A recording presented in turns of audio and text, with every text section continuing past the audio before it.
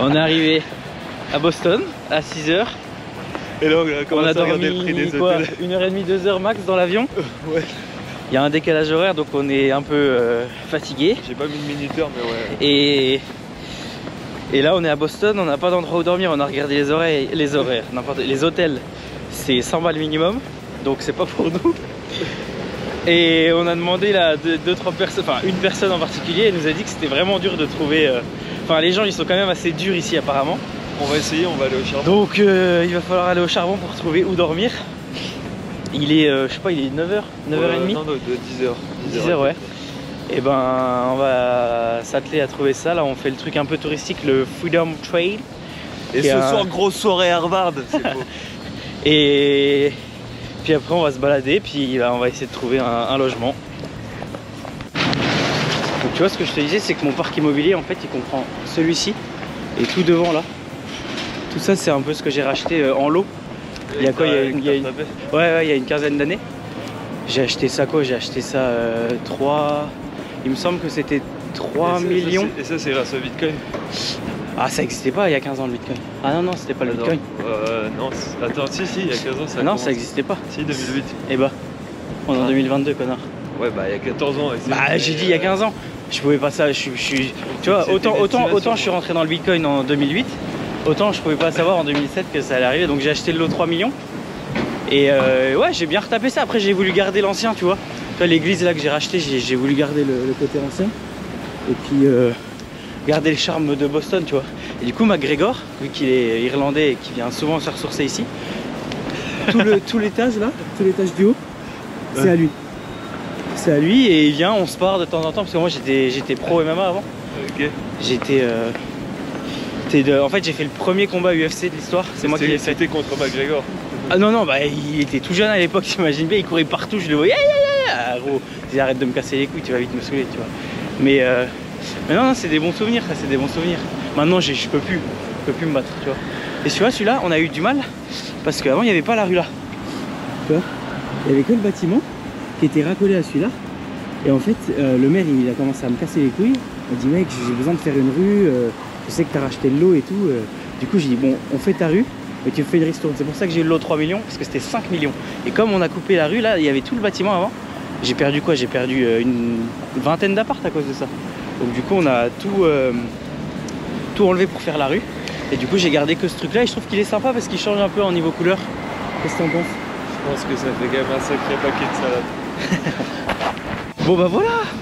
Au final, bah voilà déjà un problème de résolu. Grâce à mon parc immobilier là, de 3 millions, j'ai un de mes employés qui est chaud pour nous accueillir. Donc on a trouvé un mec de... Je suis l'employé en question. On a trouvé un mec, un haïtien, qui est, je sais pas, il est policier ou juste garde municipal?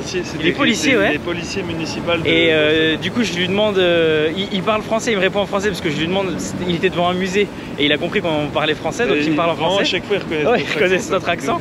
Et du coup il m'a dit, je lui ai demandé s'il connaissait un quartier, où est-ce qu'on pouvait aller pour trouver des gens chez qui dormir.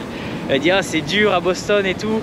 Et du coup je dis chez toi c'est possible et tout. Et là il a dit ouais ça peut s'arranger. Donc on a trouvé un logement.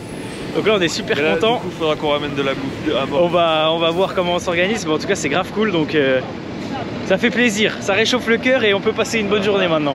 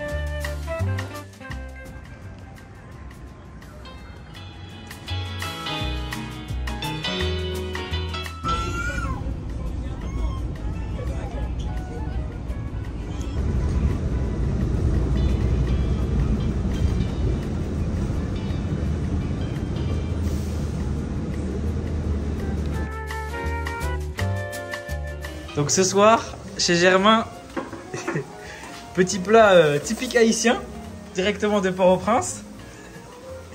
Pour le repas avec Baptiste, on est accueillis comme des rois pour cette première nuit à Boston.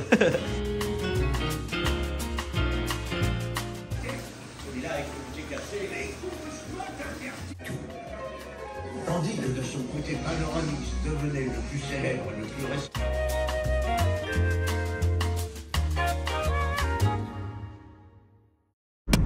Première voiture de stop avec Guillermo. Et on va trouver la prochaine voiture pour aller vers New York. L'aventure commence. On a attendu 3 minutes pour l'instant, donc ça va. Et on va voir la suite. Il est 13h30. On a presque 5 heures pour aller à New York. Tu te dis qu'on arrive à quelle heure, toi? Je sais pas, 21h. 21h, ah ouais. T'es optimiste. Faut prendre large, Bah oui, bah moi je pense plus que 21h justement. Moi je dis un bon 22h57 si je dois être précis. Pas parce que je pense en 2 ou 3 correspondances. Ouais, non, mais on a zéro correspondance. Plus on va s'approcher, plus ça va être simple. Les aires d'autoroute, ça sera vraiment beaucoup plus simple parce qu'on va entamer les conversations. Il fait moins 8000. On est bloqué dans un endroit nul parce que le gars il était. Si. C'est très rustique, très campagnard. C'est- Moi j'aime beaucoup le cadre. Mais je te parle pas du cadre, je te parle pour le stop. T'as fait 1 heure qu'on attend, il fait froid. Si on parle d'un point de vue juste stop, c'est pas ouf. Je filme avec mon iPhone parce que la GoPro n'a plus de batterie donc je fais des plans de merde. On s'en branle. Bref. Là on est bloqué depuis 1 heure ici. Ça va, on a déjà attendu plus ailleurs mais là il commence à faire froid et nuit. On a avancé peut-être de 1h15 sur notre chemin. On est tombé sur des gens super sympas mais là le gars il nous a déposé celui d'avant et celui-là à un endroit qui était pas terrible pour reprendre le stop. Mais bon, on fait avec et puis c'est quand même grave cool. Mais là on trouve vraiment pas. Vraiment ton plan est absolument pas centré sur la tête. Et qu'est-ce que je voulais dire d'autre? Je voulais dire que là c'est mieux. Ouais. Voilà. On galère. Voilà, tout simplement. Je sais plus ce que je voulais dire. J'ai froid de ouf. Et là on va aller se poser. Il fait nuit. On va aller se poser un peu parce que ça fait 1 heure. On n'en peut plus. On n'en peut plus du froid, hein, pas du stop. Moi j'ai encore plein d'énergie pour le stop, mais là il fait vraiment froid, donc on va aller se réchauffer un peu. Et on reprendra après. Et voilà. Et attention, parce que là on a 2 phares qui arrivent pleine balle. Attention, parce que les 2 phares qui vont peut-être passer devant nous, est-ce qu'ils vont s'arrêter? Je ne sais pas.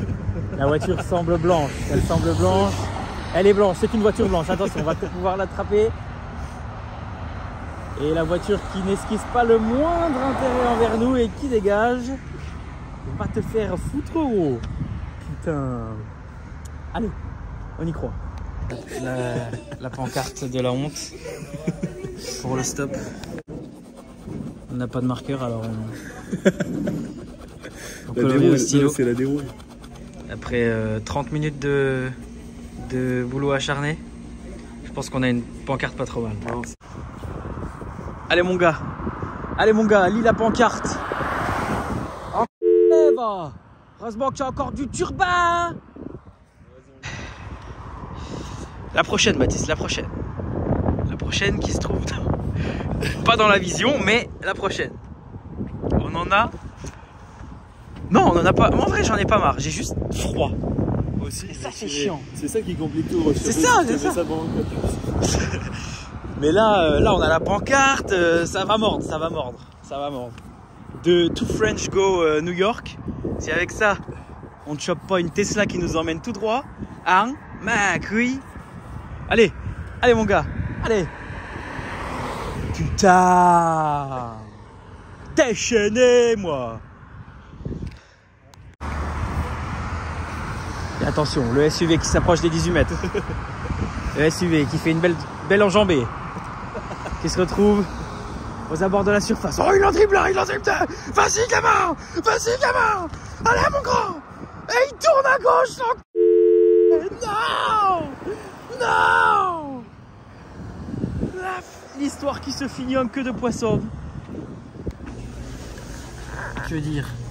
On était en train de faire du stop là depuis un petit moment. Avec des bons craquages. Et il y a une première voiture de police qui vient, elle était grave sympa. Et elle nous dit qu'elle était aussi jolie. Et au final, elle nous a laissé faire. Et après, il y a un autre qui est venu et lui, il était bon, il était cool.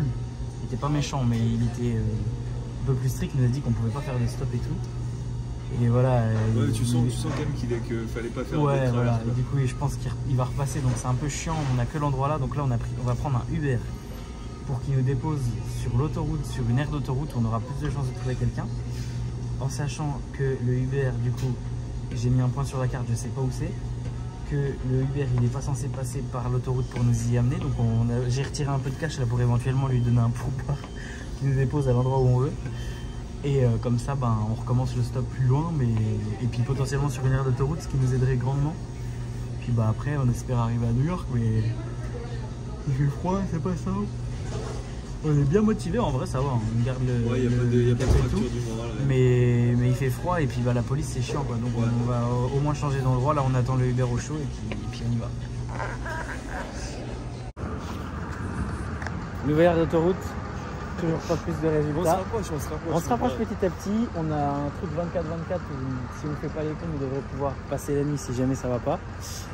Et on a tout ce qu'il faut. On a de pizza à 3 €. Voilà. À partir de là, la vie est belle. On est en forme, on est bien. Il n'y a pas beaucoup de voitures vu que c'est la nuit, c'est ça qui est chiant. Mais au pire, on reste ici ce soir et puis on reste demain matin.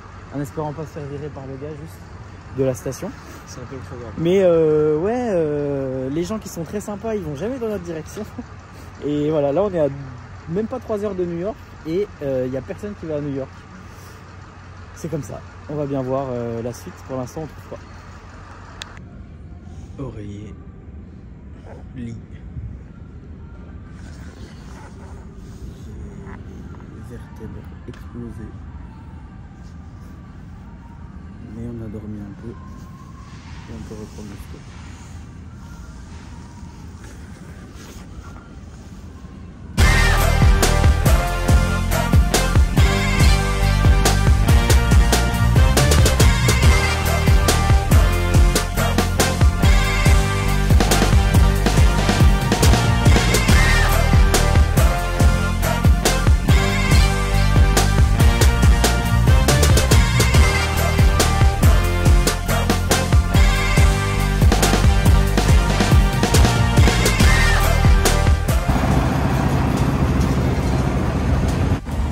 Voilà, 26 heures plus tard, on y est à New York. Ça y est, ligne directe. ligne directe, quelques embouteillages on va dire, mais on l'a fait. Je pense que c'était le trajet Boston-New York le plus court qui existe. C'est plus long, non? Plutôt, ouais, je crois que je me suis trompé de mot. Et là, on va traverser ce pont. Bamba qui nous a pris en stop, qui nous a dit traverser le pont et vous vous retrouvez à Manhattan. Donc on va aller visiter Manhattan. Et voilà.